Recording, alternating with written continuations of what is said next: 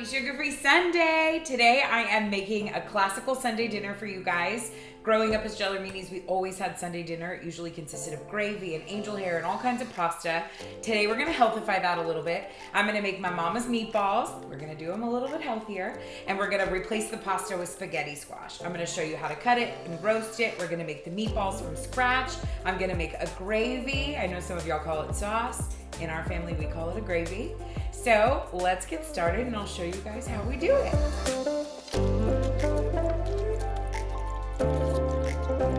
Okay, so you're gonna need a really good cutting board. You're also gonna need a really good knife for this. Spaghetti squash is hard to cut into. You also might need a little bit of strength. I've got some of that. Okay, look, not too shabby. All right, now this is what a spaghetti squash looks like. Not super beautiful, but it will be.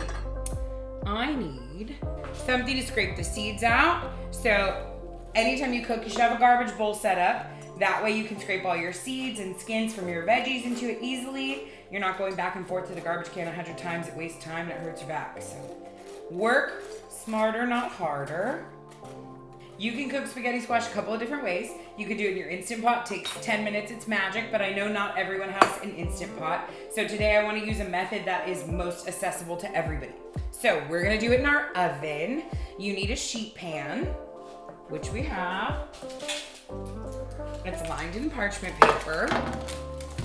And then to dress our spaghetti squash, it only takes a little bit of leaven. We're gonna do salt and pepper, a little bit of olive oil, and then we're gonna flip these flesh side down and roast them in a 400-degree oven for like 30 minutes. You can do it for an hour, but when you go stay in the 30 to 40 minute range, it kind of creates an al dente texture, which is exactly what we would want if we were making pasta. So, you can use any oil of your choice here. You can use avocado oil, you can use nonstick spray. I'm doing olive oil because that's what we do. Okay, so with your hands, make sure your hands are clean. I will tell you 100 times, you gotta wash your hands constantly while you're cooking. We're gonna do salt and pepper, just rub the olive oil. It's gonna help it brown up and cook along very easily here. A good amount of salt and pepper. We can always season this once it's cooked. Okay, and then we're gonna do some fresh ground pepper, and it is literally that simple. You can use just plain old black pepper here. You can use any pepper you choose. Fresh ground really, really, really makes a difference. So if you're willing to do the extra work, I would suggest you do. Flesh side down. This is gonna create a little bit of steam and kind of help your squash along. You can then poke a couple of holes. I'm just going to cut a couple of holes in the top here. Not necessary, but again, it just helps it along. Our oven is already preheated, so we're gonna slip the squash in there. It's going to be 400 degrees. We're gonna set a timer for 30 minutes, and as we always do, we're just going to keep an eye on our food. If it's not ready, we can cook it a little bit longer. That's the magic. Always start smaller, you can always add more, you can always cook longer. Start small, go bigger. All right, let's talk about meatballs. This is a big one. We got spaghetti squash roasting in the oven. That's gonna be the base of our dish. And then we're gonna make meatballs. I could talk about this all day, but I will keep it short for you guys. In order to healthify this, I decided to use grass-fed organic beef, and I found really good non-GMO organic pork. That's important to me. You could use any protein here. You could use turkey, you could use chicken, you could go all beef. You could do veal. I don't think you should, but you do what you feel. You could do veggie grounds. You could do lentils and walnuts and make this vegan. There are no limits to this recipe. I'm just showing you the way that Sugar-Free is doing meatballs, okay? So, we are not gonna use breadcrumbs. We're gonna use, as our binder, an egg, and then we're gonna use fresh grated pecorino romano. We are gonna do parsley and garlic and onion. I'll show you guys a couple of tips and tricks how to hide the onions and herbs in your meat. My hands are clean, it's very important. The best kitchen tool in your kitchen is your hands. So after I get all this raw meat into this mixing bowl, I am going to wash my hands again very well, and then we'll chop all of our veg. I'll remove my rings, and then we will get to mixing. You can use a spatula or something, but I would seriously suggest using your hands. It kind of injects your food with love. You know what I'm saying? All right. Next up, we're gonna chop our onions. So my mom cuts her onions just really finely. I prefer to grate my onion. It's kind of a pro tip. That way you don't get any big pieces of onion in a meatball. We don't want that. You don't want a big raw bite of onion in your meatball. So if you just trim the edges off, you want a big piece here, okay? So that you don't hurt your hands. Let me see if we can quarter this again. Now, I'm using a microplane. These are super sharp, but it's a great way to finely grate anything like cheese, onions, garlic.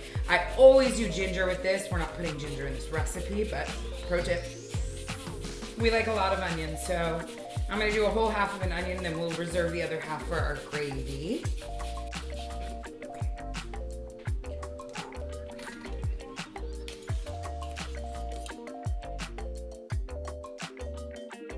Maybe the most important ingredient that we are gonna use all day today is garlic, okay? I recently learned a garlic hack where if you flip it upside down and you smash it on your cutting board, your garlic cloves separate. And it is a magical tip. Lots of skin here. Y'all hear me talk a lot about jarred garlic. Stop using it. Use fresh garlic. It is completely different. Even the cloves of garlic that you buy at the store that are pre-peeled, it's not the same.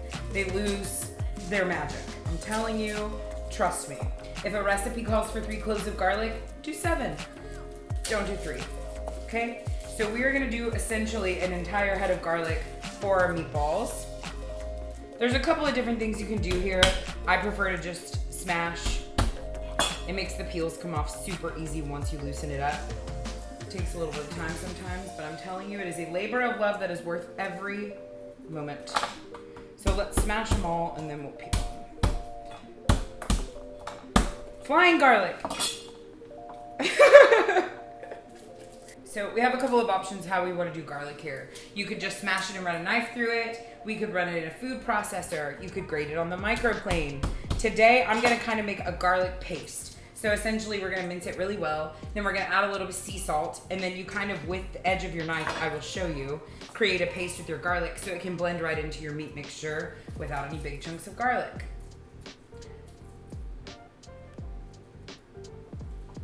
Now, initially, you just wanna run your knife through, do a coarse chop on this. You don't have to cut off those little ends of your garlic. I've read that a dozen times. A lot of people waste their time doing that. You can if you like, but we like it. We're into it, we want it. So just run your knife through it until it's a good consistency. The finer the better here. You want it to be teeny tiny. Again, we wanna hide this garlic in our meatballs. Where I might like a big piece of raw garlic in a meatball, others may not. So be considerate of those at your dinner table. So here's the trick. Any salt will work. I'm using a fine sea salt, or a coarse sea salt rather. This is gonna kind of replace our salt in the meat mixture, okay?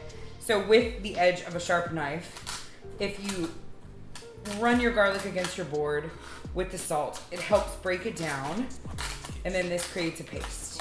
We do the same thing when we make our own homemade garlic butter for garlic bread. I figured why not bring the garlic bread into our meatballs. No bread, just garlic. Takes a little bit of work, but it's worth it.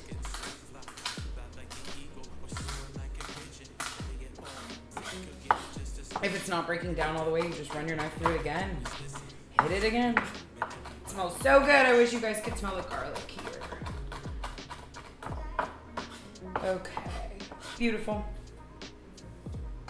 All right, so all of this garlic is gonna go into our meat mixture. We have the grated onion, and then we're gonna do some herbs. I have fresh parsley here. We use Italian flat leaf parsley. Any parsley will do.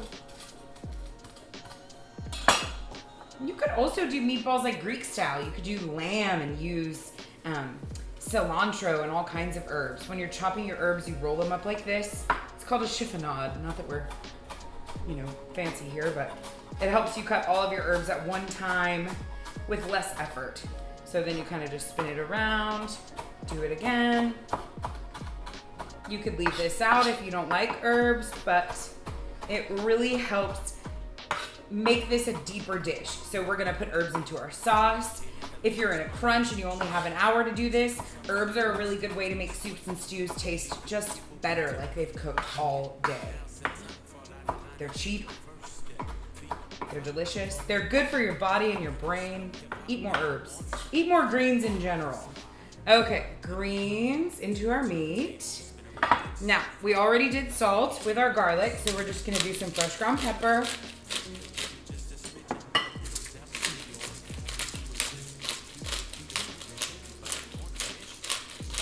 As much as you like, we'll add a bunch more to our sauce. Okay, eggs. I feel very passionately about the pasture-raised eggs. Happy Eggs are my favorite brand, okay? Instead of a breadcrumb here, we are going to use eggs as our binder. Now this is 3 pounds of meat. I did 2 pounds of ground beef and 1 pound of pork. So we're gonna do 2 eggs. If we need another, we'll add it. But again, you wanna start small because you can never take away, you can always add 2. Pecorino Romano. This is a treasure in a box. I have some that we're gonna grate over the top freshly, but this I buy already grated. It's just easier and it's delicious. I'm gonna eyeball this. I'm gonna do 2 or 3 tablespoons. Let's do 3. You know, if you're skipping the bread, you can have some cheese, right? Who's counting?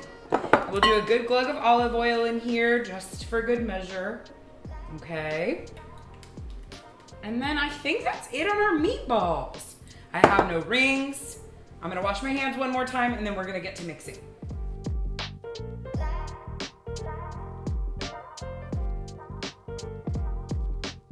All right, we're doing meatballs. This is the best part. So my hands are clean. I've also cleaned my station. Remember guys, you gotta clean as you go. It makes your life a lot easier. I always start with an empty dishwasher and then you just throw shit in there when you're done with it. So, parchment paper. Y'all know how I feel about parchment paper. We don't use aluminum foil in this kitchen. It always rolls up. It's super aggravating. Pro tip, crumble your parchment paper, and then it will lay flat on whatever surface you put it on. What a gift! Okay, so meatballs. Remember we did pecorino romano, fresh parsley. We made garlic and salt paste. We did a pound of organic pork. We did 2 pounds of grass-fed organic ground beef. We did 2 pasture-raised eggs. We did black pepper. There's salt in the garlic.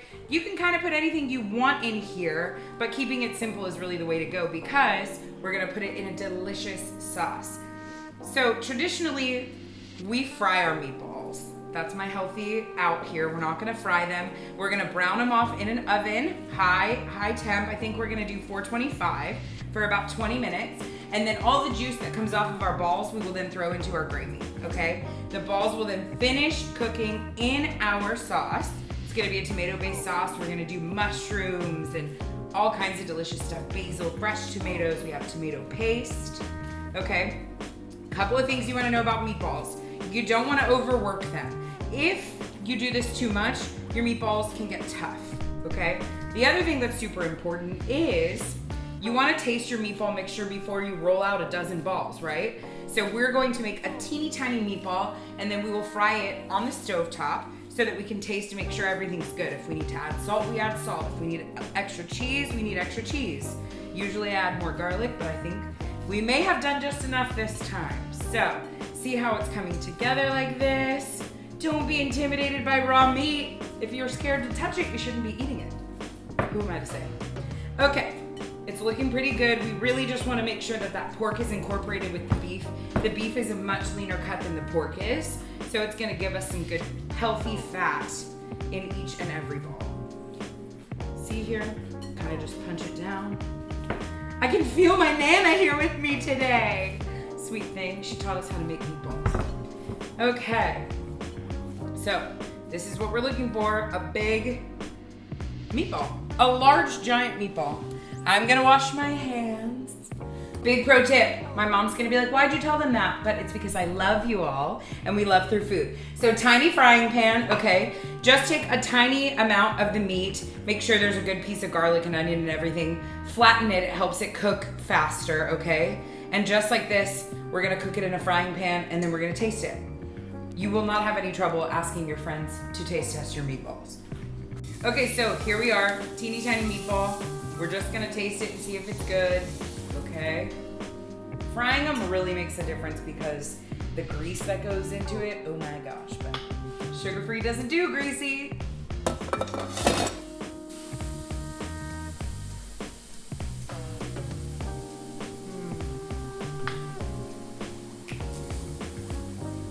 I don't wanna toot my own horn, but that's damn delicious. Okay, So now we know we're good to go.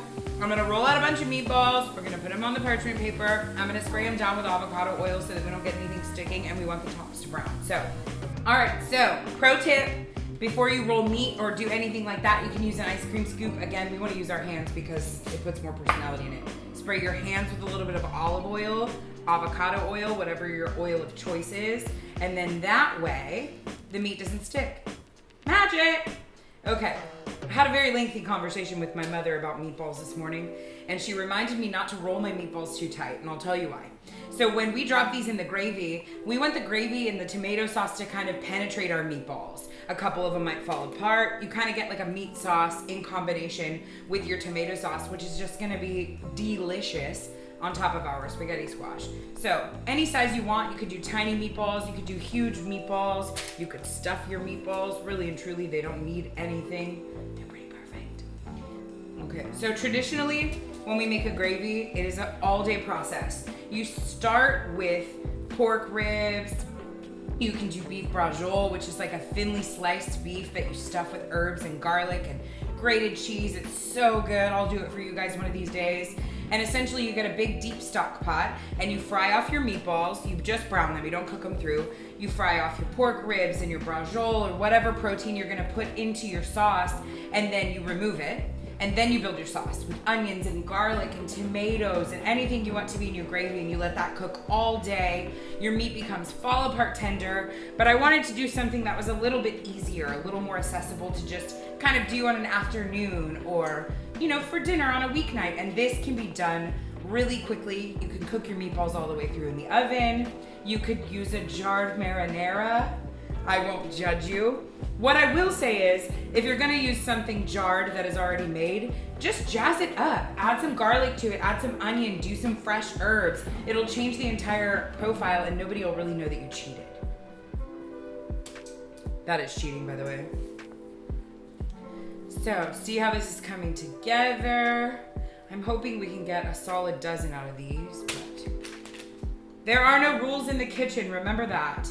Y'all see I don't measure anything. I did just kind of use eggs according to, but traditionally when my mom makes these or my grandma or my sisters, they always put breadcrumbs. It's so that the meat sticks together. You don't need a breadcrumb, see? You just use eggs and cheese, or you could use almond flour, would be a fantastic binder. Coconut flour is good too, but it kind of lurches the moisture out of meat and stuff, so I tend to use a nut flour if I'm using a flour all over coconut. So see how we're not like packing them together? And it's hard to really show you, but they're a little bit loose. Okay, Mama, you watching? All right, here we go.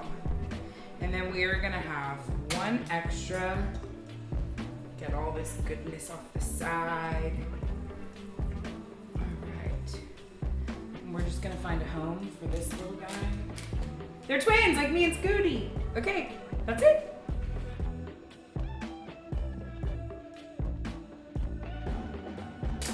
Okay, so our timer went off. We did about 40 minutes. Remember, we want to do an al dente on the spaghetti squash. So I'm just gonna take a peek. Look how gorgeous it is. Okay, so the whole premise of spaghetti squash is that it strands like spaghetti. Do you see this? So look how it flakes out like pasta, just like spaghetti. It's really hot. If you don't have chef hands, be super careful here. I just want to show you guys how beautiful it is. So this is perfectly cooked. As long as your squash is coming away from the rind, which is the outside, you're good to go. You can kind of set this to the side for a little bit and let it cool. We're gonna throw our meatballs in the oven. We're gonna get those brown. Steam bath, what a gift. And then we're gonna get rocking on our sauce.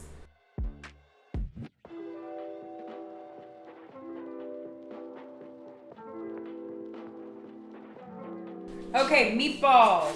Look at these beautiful babies. I don't want to tilt them too much because we got some liquid, but they are gorgeous. So we did them about 15 minutes at 425, and then I put the broil setting on in the oven, and I did it for like a minute and a half, 2 minutes, just so the tops look brown, because remember, we're mimicking a fried meatball, although they're oven-made meatballs. All right, now we're moving on to our sauce, also known as gravy.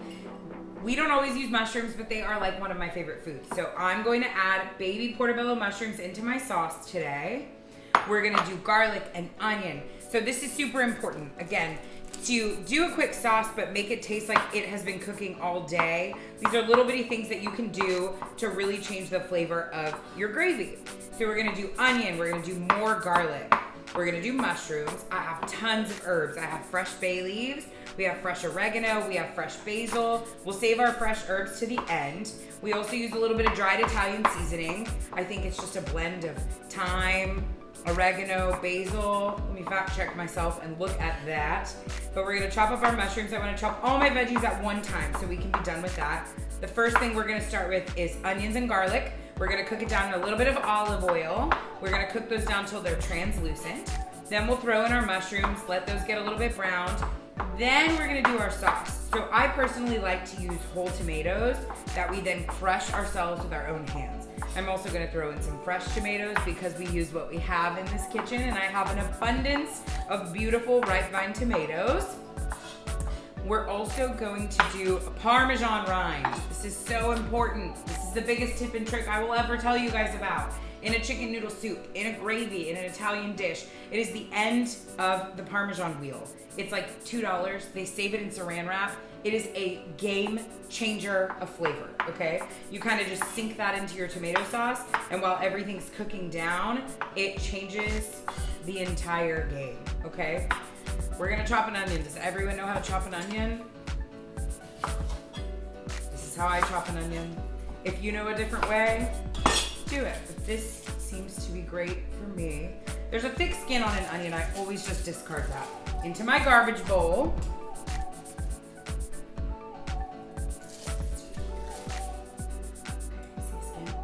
We don't want to eat that. So there's a couple of different ways you can do this. I like to just run a thin slice through the entire onion, hold it steady so it stays intact, and then if you run your knife through it, you can do it as big or small as you like. I like a fine chop on my onion in a sauce because that way it kind of just melts into there. Again, we don't want any huge bites of onion. Unless you do, you can make a really rustic sauce with big fat tomatoes and huge chunks of onion. Really, there's no rules to this. You just do what you like. My personal preference is really thin sliced onions, so that's what we're doing today.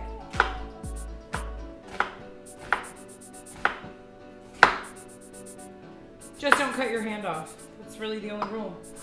Going to the emergency room in the middle of cooking is not gonna be cute.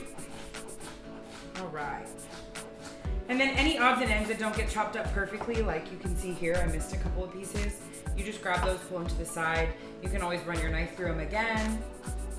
We should do a whole chopping class. I could really teach you guys how to break down some veg. Okay, beautiful, gorgeous. Onions here. We're gonna cook this down again, remember, in a little bit of olive oil. Now, garlic, you have some options. You can do whole cloves of garlic, you can smash them, you can dice them really finely, whatever you like. I'm gonna guesstimate that we wanna use 10 cloves of garlic. If you have kids at home, this is what you should get them to help with. Give them an empty old jar and have them just smash the garlic with the bottom of the jar. They can take the skins off. It'll keep them busy for quite a while. Give them something to do. They can feel like they help. You know, a big reason why sugar-free has come about is because my mom always cooked with us. Since I was teeny tiny, when we could help beat the eggs, we did. When we could grate the cheese, we did. When we rolled the meatballs, we did. I'm sure my twin sister can confirm. We've been rolling meatballs since we were like 4 years old, which is why I just do it so naturally now. Get your kids in the kitchen younger. Teach them how to eat good, healthy stuff. I think that it's really important, you know, if you want to eat bread, cool, no harm, no foul. Make your own bread, you know? We have a few cloves of garlic here. We're just gonna run our knife through it. Okay, now, I'm gonna use a very big, heavy-duty Dutch oven. I wanna have enough space for all those meatballs. I think we did like 13 big meatballs. So I want there to be enough room for that and enough room for all of the sauce. So we're gonna throw some oil down, get our pan good and hot. Since we're not frying our meatballs off, we can do about a medium high. Cook our onions and garlic down really well, and then we'll throw in our tomatoes. So, let's chat about tomatoes. I am using San Marzano. These are whole tomatoes. You open them, and here's the trick. You could go all tomato sauce, but me personally, I like my sauce to have a little bit of texture. So here's what we do. Let me move my garlic off my bowl here. This is all gonna go down at the same time, so we're good to go. And if you have to chop a lot of stuff, chop at one time. It makes it so much easier. You're not all over the place. So, I want to show you. Look at this. It's a whole peeled tomato. Deep down in your bowl, you just squeeze it with a clean hand. You see that? So you kind of get crushed tomato, tomato puree, and tomato sauce all in one. Don't get on my apron. It's too cute. Okay. It's kind of messy. And once we have all those tomatoes out, look at them. They're so beautiful. And there's nothing in this, guys. It's just tomatoes and maybe salt, but that's it. No added stuff, no hidden stuff. Take care when you choose your tomato sauces. Now, another old trick is if you put a good tablespoon of water in here and zhuzh it around, you can get all of your sauce from the sides, okay? Another item I love to use is tomato puree. It's passata. This is just tomatoes and Mediterranean sea salt. There's nothing to it. There's no sugar. A lot of times in these jarred sauces, there's sugar and things in it. We don't want any of that. So here, I can show you the water trick. Ooh, it's so beautiful to me. Just a tablespoon or two of water, and then you shake it really good. You can have your kids do this part too. Here we go. Then we're not losing any of that beautiful tomato sauce. Okay, garbage bowl. I also have tomato paste. This is a huge secret ingredient for me. I buy it in the tube rather than in the can because you can use it anytime you need it. This is also just tomatoes and salt. And then you kind of roll it like a tube of toothpaste. If you don't do that, your spouse doesn't like you, I can guarantee it. And after we do the onions and garlic and we cook that down, we cook down a good glug of tomato paste. So like a tablespoon, you can kind of eyeball it. And then it's gonna bring a depthness and richness to our tomato sauce that makes it taste like it's cooked all day. Then we will do our tomatoes, herbs for the end. Ooh, let me cut you some fresh tomatoes. Look at these gorgeous vine ripened tomatoes. I washed all my veggies. Should always wash your veggies. So you can kind of skip this. I don't think my mom puts fresh tomatoes in her sauce, but I have a bunch of them and we want to use what we have. So we'll just cook it. The longer your sauce cooks, the more these will cook down. They kind of just meld in there. They'll essentially disappear and turn into their own sauce. But I want a little bit of brightness in there. So that's why we do the tomatoes and the herbs, the mushrooms. You could do zucchini in here. I know a lot of people make their marinara with like carrots and things. That is not the traditional Italian way, but if that is what you're into, do it. You can sneak your veggies in that way. This would be a good time to use some spinach and things like that. Okay, gorgeous.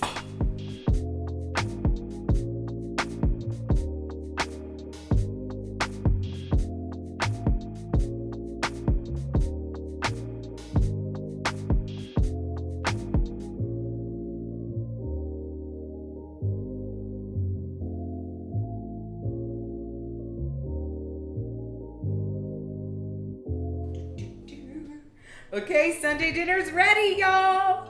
I'm so excited. What a gift. It's gorgeous. So this has been cooking for about an hour, maybe an hour and a half. You could always go longer. Remember, we did a little bit of a shortcut because we cooked those meatballs off in the oven before we added them to our pot of gravy. We have our spaghetti squash here. So essentially, you are just going to serve it up like this. I don't know about you, but I want a ton of meatballs. I added some fresh bay leaves in there, some fresh oregano. I did a little bit of torn basil. You can do as much or as little sauce as you like. Ooh, that's not beautiful. It's okay. Fix it. Okay. And then we can add some torn basil. Gorgeous. And then I think the most important thing about this is to not skimp on the cheese. So this is Parmigiano Reggiano. It makes a world of a difference if you grate it right here, just like this. It's like snow. It's beautiful. Okay. Love. I want to eat it. So thank you guys for coming to cook with me today. I hope y'all enjoyed this session of Sugar Free. I want to remind you to keep it healthy, keep it simple, use what you have, and happy cooking. We keep cooking.